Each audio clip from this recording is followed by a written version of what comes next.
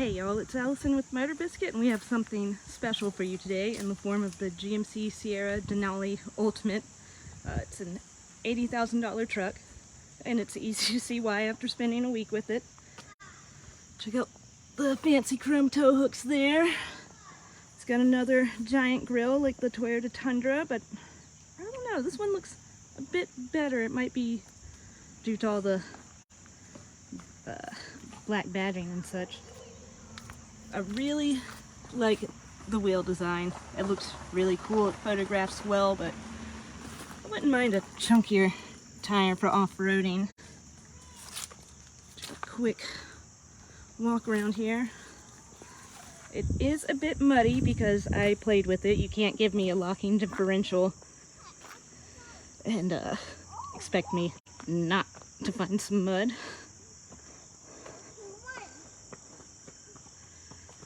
Alright, let's fire this bad boy up.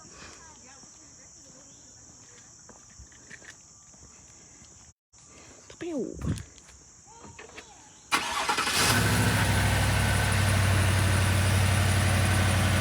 I feel like this is a relatively quiet sounding engine.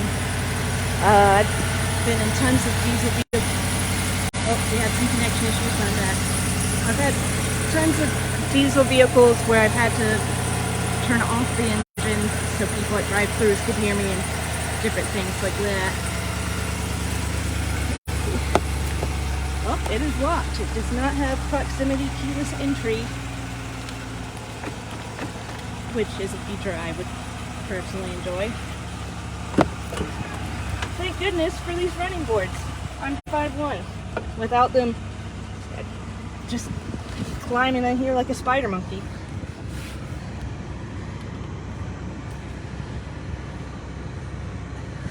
The touchscreen looks pretty nice. It's powered by Google, so you can do things like ask for navigation or random questions. I asked it a couple math problems. Google has an animal of the day, so if I was driving this on a daily commute, I'd probably be like, hey Google, what's the animal of the day? Let's see.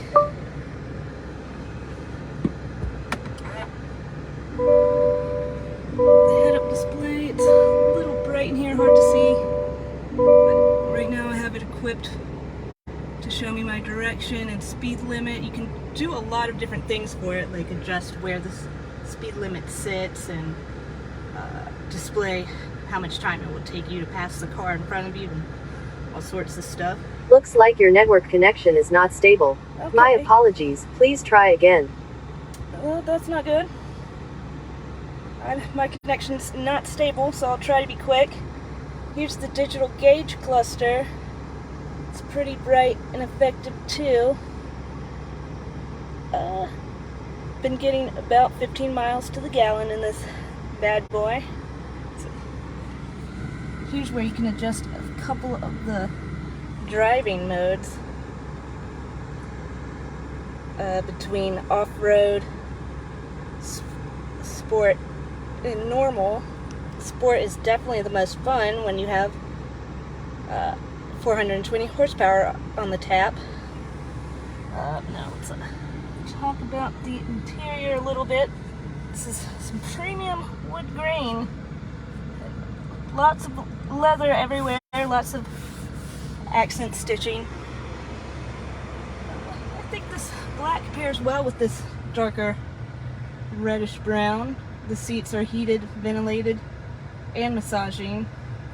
There's cup holders everywhere. There's two here, there's two here, two in the door. That puts 6 up front. I really like the placement of the wireless phone charging pad because you can just tuck your phone in here nice and away. A lot of phone chargers are placed around this area and kind of blocks it as a storage tray. There's lots of storage space. Gotta move this out of the way though. I'm not sure if I would keep this in here. Here you can access a regular household plug. If your kid's playing Switch or something, they can plug it in right there. They don't need a special adapter. Here's a USB-C, a USB port.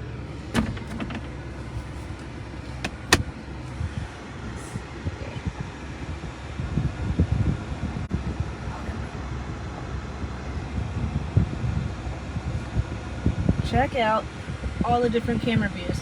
There are up to 25 different camera views. It's insane. This is one of the easiest trucks to maneuver because the cameras are just so accurate and helpful. You can see what's in front of your truck, what's on the sides. There's a hitch view. There's in the truck. The truck bed there.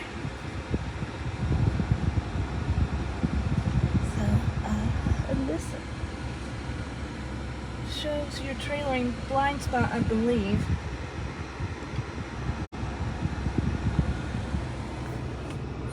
Oh.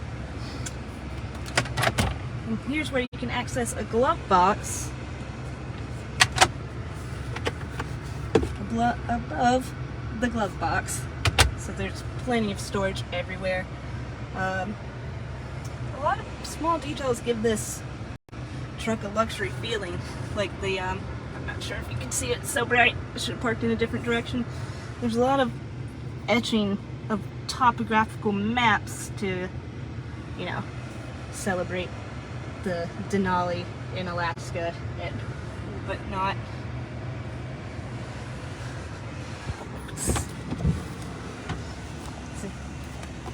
The details on some of the leather and the wood as well. Let's get in deck. My God, there's so much space. I'm 5'1". I can't even reach the front seat. Let's move over here because the passenger seat's at more of an average person's height. Boom, still all the space in the world. There's heated seats back here. More plugs. Again, plenty of small details to geek out about. Like, look at this.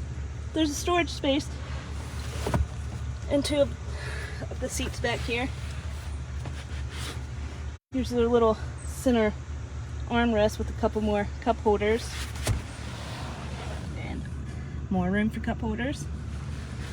This carpet has been pretty comfortable, easy to clean. It's held up to the orange and red mud that I've splashed all over it. Micro suede headliner, super soft, but gosh, that is a tiny sunroof. And I believe I forgot to mention the digital rear view mirror that kind of zooms in on the vehicles behind you.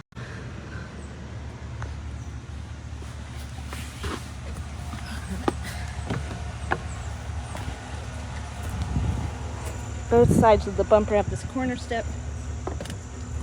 Easy bed access, even if you're short like me. So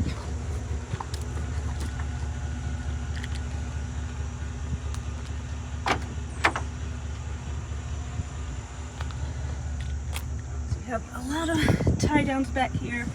There's another household outlet for power tools, or if you're tailgating, maybe a crock pot or something. And this bed can do a couple different things. Or the tailgate, I mean, it's a multi-pro tailgate. Just extended the length there.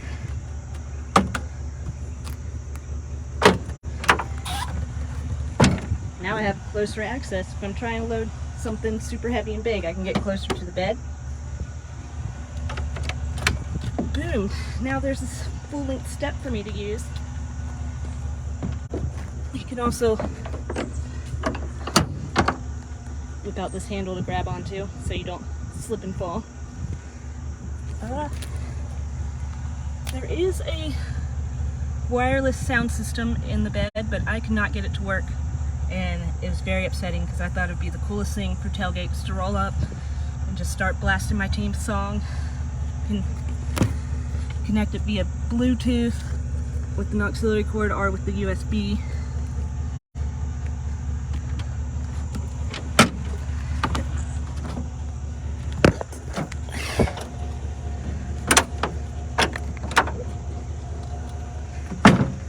And boom, now I have a work surface as well.